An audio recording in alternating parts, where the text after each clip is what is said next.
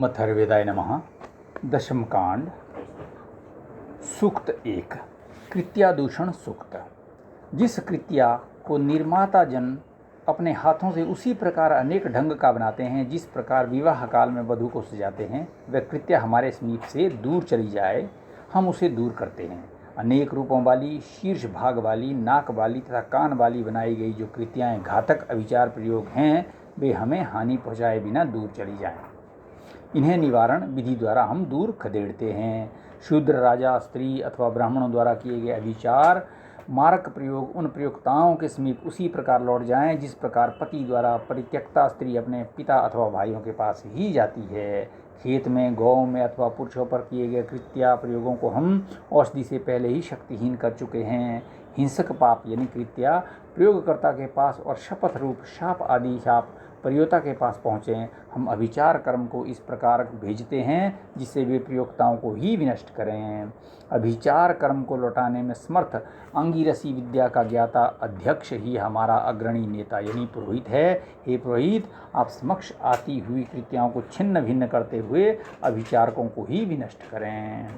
हे कृत्ये, जिस प्रयोक्ता पुरुष ने तुझे आगे बढ़ो ऐसा कहा है, उस विरोधी शत्रु के पास तुम दोबारा लौट कर चली जाओ। हम निरपराधियों की आप इच्छा न करें। जिस प्रकार शिल्पकार विचार पूर्वक रथ के अवयवों को संयुक्त करते हैं, उसी प्रकार जिसने घातक प्रयोग के अवयवों को मंत्र शक्ति से जोड़ा है, हे कृत्ये, आप उसी के समीप लौट जाएं।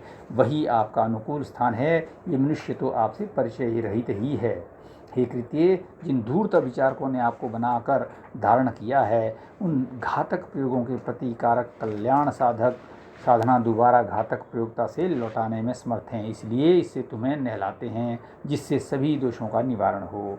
हम जिस मृत पुत्र वाली दुर्भाग्य और शोक में स्नान कराने वाली कृत्या को प्राप्त हो गए हैं, वे सभी पाप हमसे दूर हों तथा हमारे पास प्रचुर धन स्थिर रहे। हे मनुष्यों, पितरजनों के निमित्त श्रद्धांजलि देते समय अर्थात उनके प्राणांत के दोषारोपण के साथ यदि आपका नाम लिया जाए, ऐसा कोई पाप आपसे हुआ हो तो उन सभी पापों से ये औषधियाँ आपको सुरक्षित करें।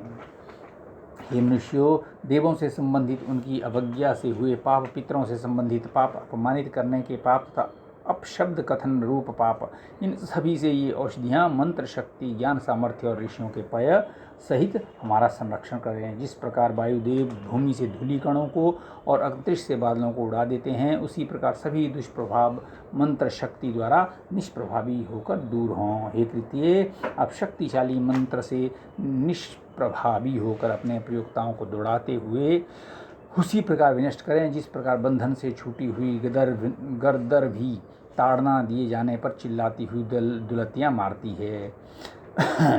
हे कृत्ये, यही आपका मार्ग है, शत्रुओं द्वारा भेजी गई आपको दोबारा उन्हीं की ओर भेजते हैं। इस अभिचारक क्रिया द्वारा गाड़ी से युक्त और अनेक सामर्थ्यों से युक्त होकर पृथ्वी पर शब्द यानी ध्वनि करती हुई आप सेना के समान हमारे शत्रुओं पर प्रत्याक्रमण करें।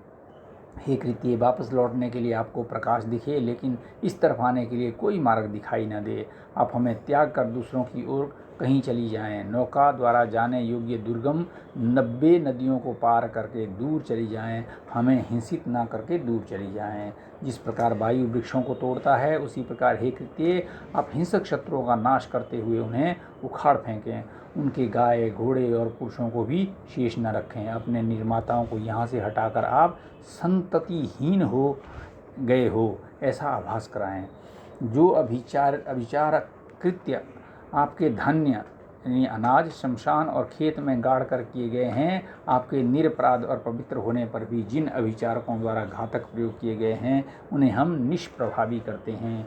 लाए गए, जाने गए, गाड़े गए और छलपूर्वक प्रयुक्त वैर रूप घातक अभिचार को हम प्रयोक्ता की ओर ही छोड़ते हैं। जिस स्थान से वे आया है वहीं घोड़े के समान वापस लौट जाए और अभिचारक की संतान को विनाश करे। हे कृत्ये, हमारे घर में उत्तम लोहे की तलवारें हैं। हम आपके अस्थि जोड़ों को भी भली प्रकार जानते हैं कि वे कैसे स्थिति में और किस प्रकार के हैं। अतः आप यहाँ से उठकर दूर शत्रुओं की ओर भाग जाएं। हमारे द्वारा न जाने गए हे अज्ञात मारण प्रयोग, तुम यहाँ क्या स्वयं लौट जाना या काटे जाना चाहते हो?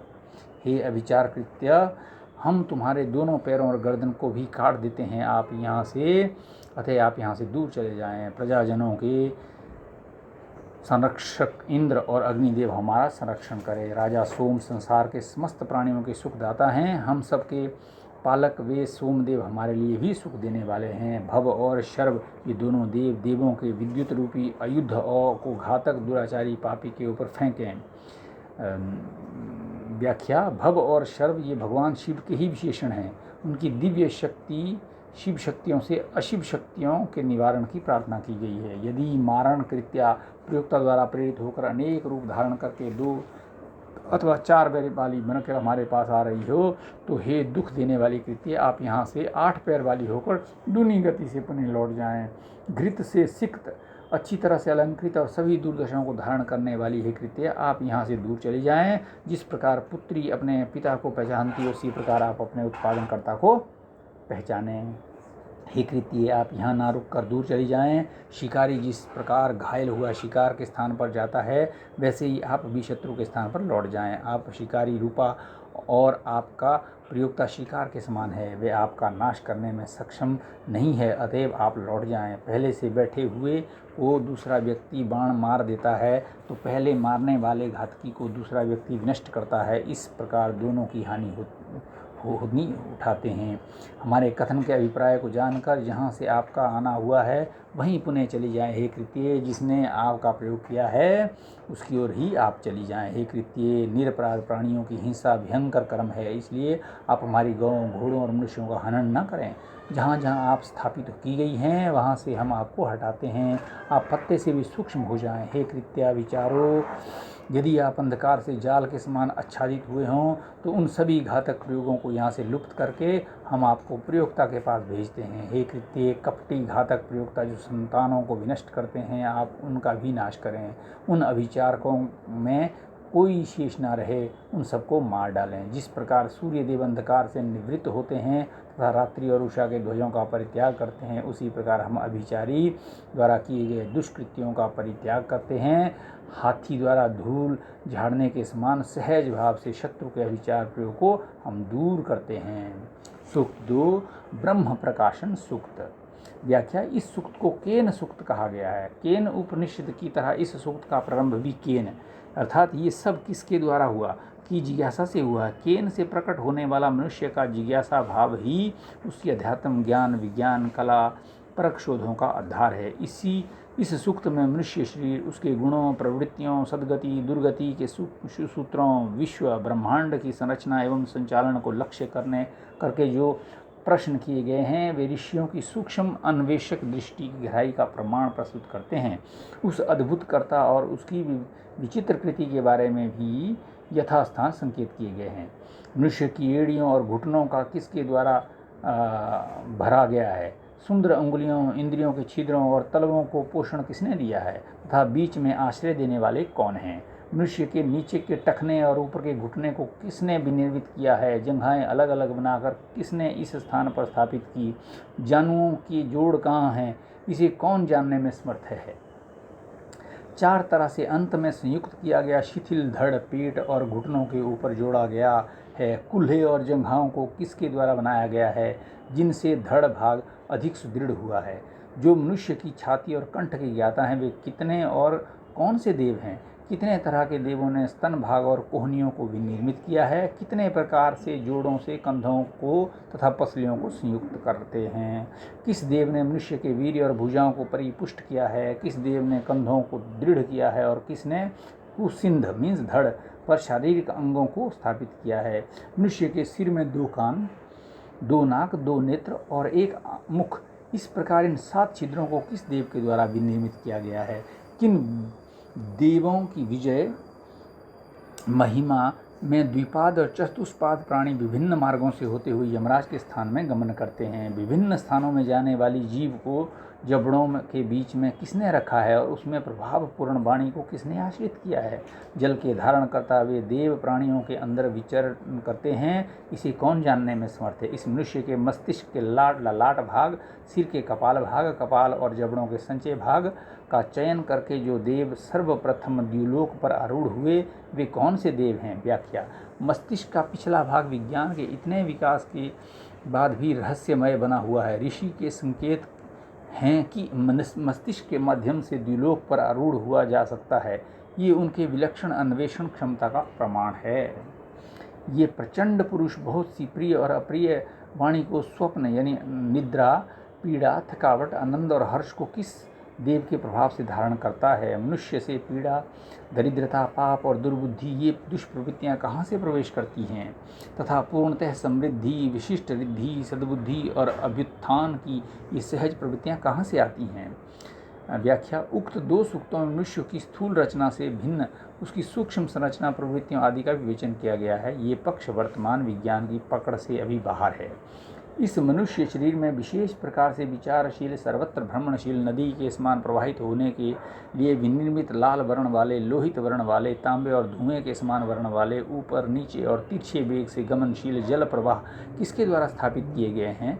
व्याख्या है। अगले 3 मंत्रों में मनुष्य जीवन में उन अति महत्वपूर्ण सूक्ष्म प्रवाहों और प्रवृत्तियों का उल्लेख किया गया है जो वर्तमान विज्ञान के लिए अगम्य हैं।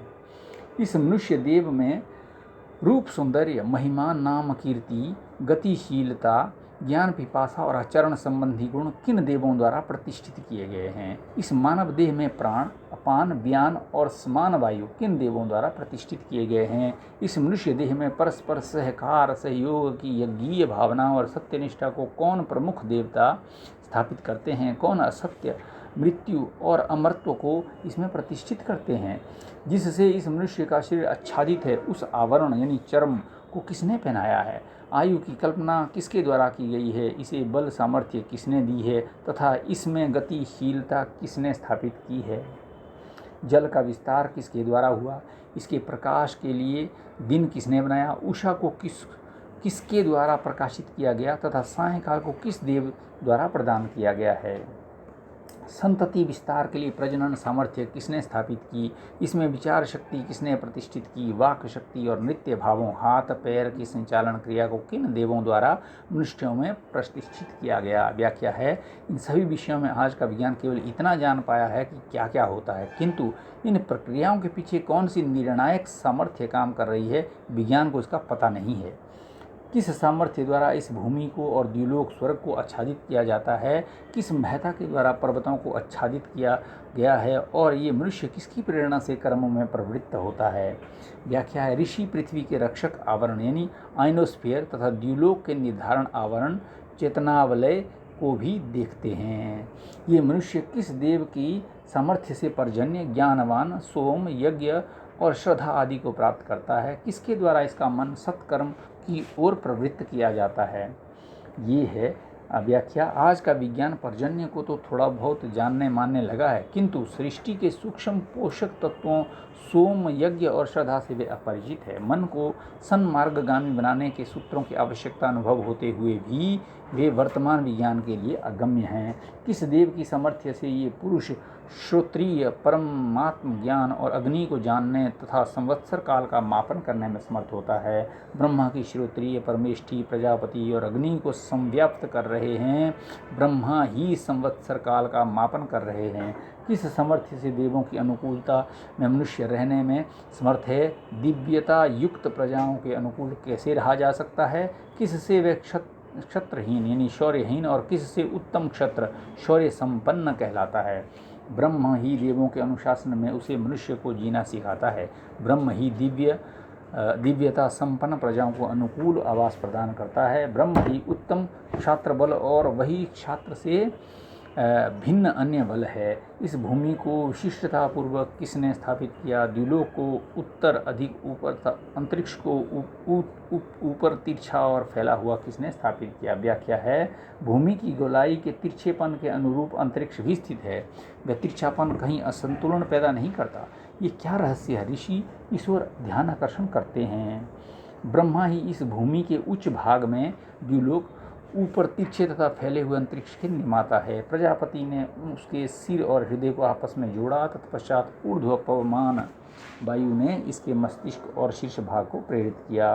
अथर्वा यानी प्रजापति द्वारा प्रदत्त शीर्ष भाग सरलता से विद्यमान है और ये देवों को सुरक्षित खजाना है। इस सिर का संरक्षण प्राण, अन्न और मन करते हैं। व्याख्या: सिर मस्तिष्क ही असाधारण सामर्थ्य ऋषि जानते समझते रहते हैं।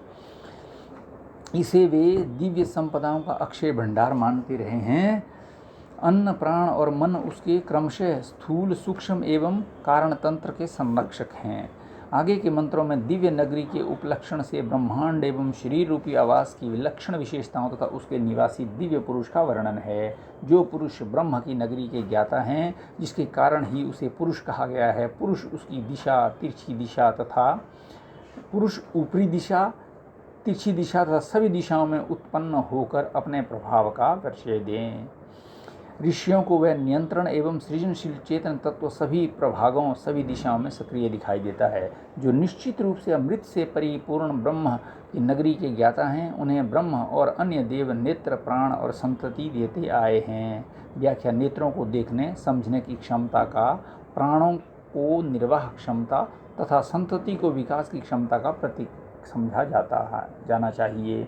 जिस कारण उसे पुरुष कहा गया है, उस ब्रह्म की नगरी का जो ज्ञाता है, बुढ़ापे से पहले उस पुरुष का साथ नेत्र और प्राण नहीं छोड़ते।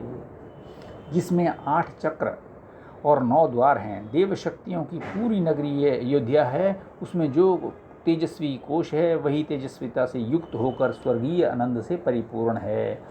यहाँ व्याख्या है: ये पूरी अयोध्या अजय है। इसकी विशेषताओं का उपयोग किया जा सके तो कोई भी विकार या अवरोध इसको पराजित नहीं कर सकते। इसके चक्र, मूलाधार, स्वादिष्ठान, मणिपुर, अनाहत, विशुद्धि, आज्ञा, लोलक, तालु, मूल तथा सहस्रार है। 9 द्वार आँखों, दोनों आँखों के, दोनों नासिका के, दोनों कानों के, एक मुख का, 2 मल मूत्रों द्वारों के छिद्र हैं। 3 अरों से युक्त तीनों केंद्रों में स्थित तेजस्वी कोश में जो आत्मवान यक्षा पूजनीय आत्मा का स्थान है, उसे निश्चित ही ब्रह्मज्ञानी जानते हैं। दीप्यमान, दुखनाशक, यश से संपन्न और पराजय रहित ऐसी प्रकाशमय पुरी में ब्रह्म प्रवेश करता है। ओम अथर्ववेदाय नमः।